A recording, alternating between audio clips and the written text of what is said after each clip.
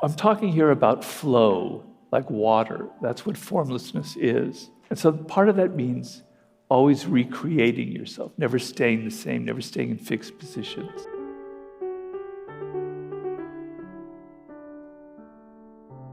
People often ask me, who is the greatest strategist who ever lived? Napoleon, etc. I say the greatest strategist who ever lived was this man, I don't know if you've heard of him. His name was Miyamoto Musashi. He was a samurai in the early 17th century, okay? And he was a swordsman. Before my stroke, when I talked about him, I would sort of do the swordsman type thing, but I can't really do that, I'm sorry. He faced over 60 duels in his life. Each duel was a duel to the death. Imagine that. So 60 times he faced death. Can you imagine what it'd be like if each one of your decisions, if it went wrong, you would die? And what a great strategist that would make you, how focused you would be. Well, that was his fate, right? He won every single one of those duels. And what was his manner? What was his method? He would stand there in his swordsman pose. He would completely empty his mind. And he said, the whole art of strategy is seeing. That was his word, seeing. If I'm standing there thinking about my strategy, thinking about the last duel, thinking about who I am, what I'm going to do, I'm not seeing who this person is ahead of me, right? So I empty my mind of everything. I never repeat the same strategy ever. I simply look at this person, and based on how he twitches, based on what I read in his mind, I attack and I kill him. And he'd won every single time. And so the point of this is the following. Life is continual flux. It's continual motion. Nothing ever stays the same. What is the phrase of Heraclitus? No man can ever step in the same river twice because he is not the same man and it is not the same river. So life is this continual flow, right? Circumstances, one after the other. But our human brains are slow. We don't keep up with it. We're thinking about ourselves. We're thinking about what we're going to do. We're thinking about what we're going to have for breakfast, our schedule later in the day. We're not seeing reality. We're not seeing what's going on around us, okay?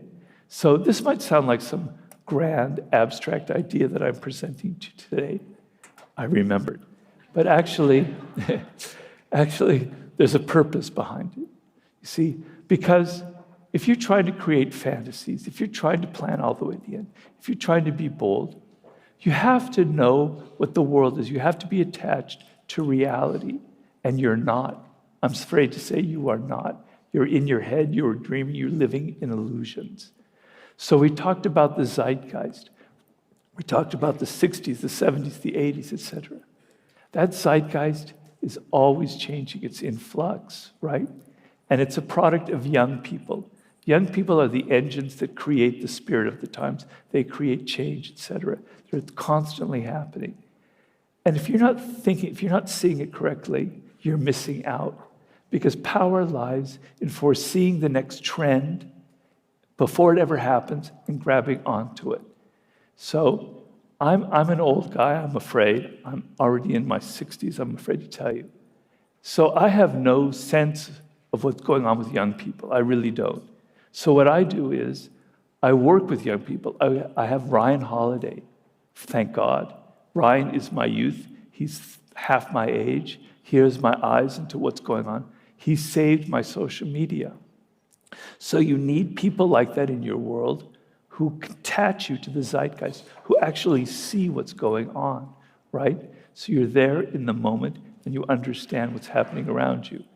So I'm talking here about flow, like water. That's what formlessness is, right? And so part of that means always recreating yourself, never staying the same, never staying in fixed positions. You're Beyonce, who created a hip-hop record, and then you come out with a country music record all of a sudden. Wow, right? You're reinventing yourself. You're recreating yourself. You're not getting stuck in fixed positions. That is flow. You take movement over stability. And what that means is, so many people make the mistake of, I need a large company. I need as much money as possible.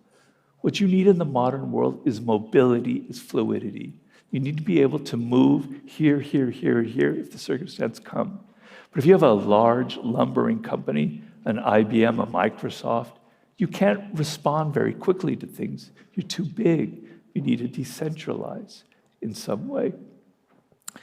So this is all about your mind, your brain. And the thing is, you think of power as, well, I've got to have a lot of money. I have to have the best technology. It's all about resources. It's all about hiring the best people.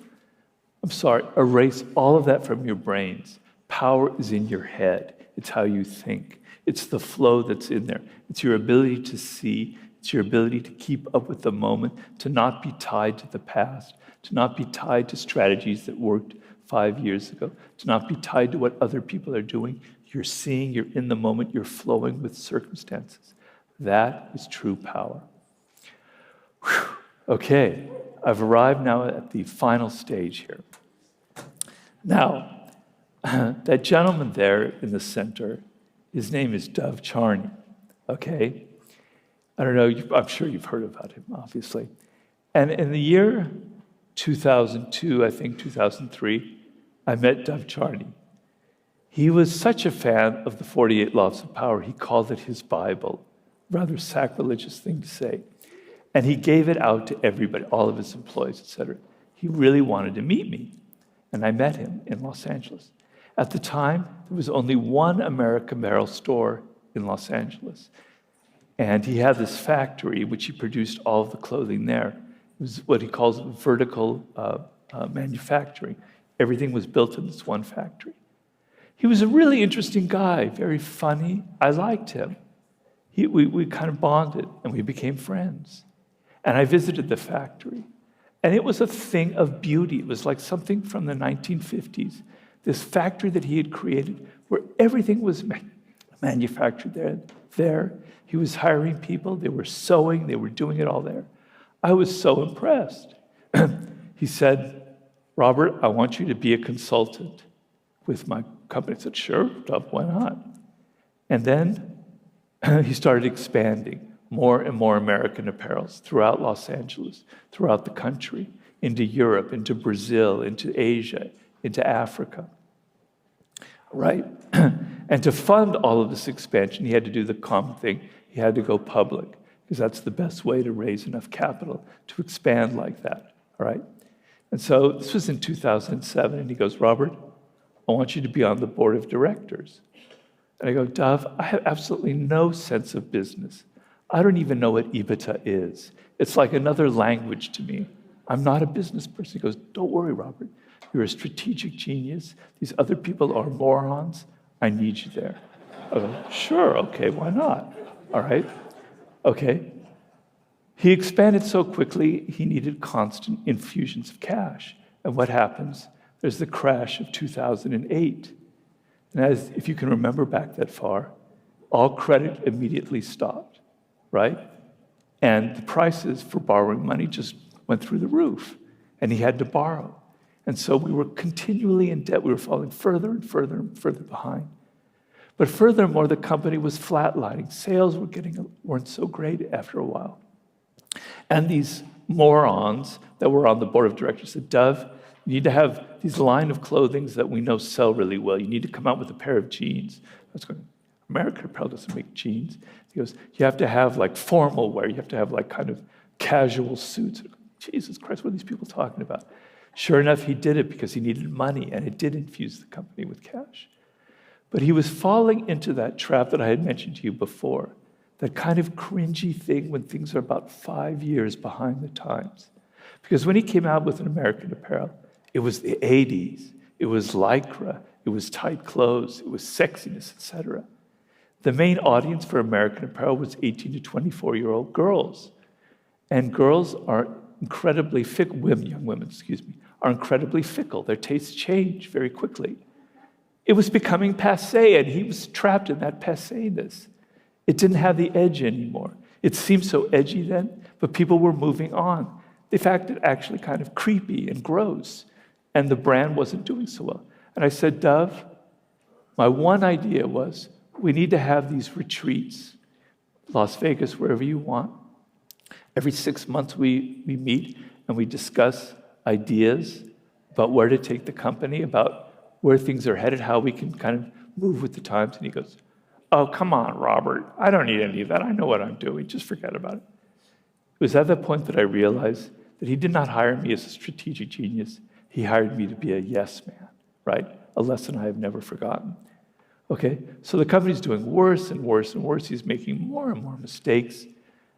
The sexual harassment lawsuits are piling up, something that we were terrible, and we weren't aware of because of these non-disclosure agreements, but now we were aware of. We fired him, right? I had to fire him, and he was my friend. It was a very conflicting emotional experience for me, because on the one hand, I was depressed at where he led the company. I was depressed about how he treated his employees, men and women. But I liked him. He was a great guy. He was so charismatic. It was sad. And then the company completely disappeared. Another story that I won't bore you with. But here was a young man who had tremendous boldness. He created a factory.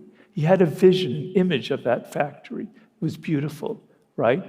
He had fantasies, sex, the 80s, etc. He had a kind of a flow. And then it all reversed itself, right? He lost track with the times. He started surrounding himself with yes people. He wasn't listening anymore to what was happening on the streets. He had lost his vision. He had lost his flow, and the company was destroyed. And I'm saying, let that be a lesson to all of you, because it happens over and over and over again.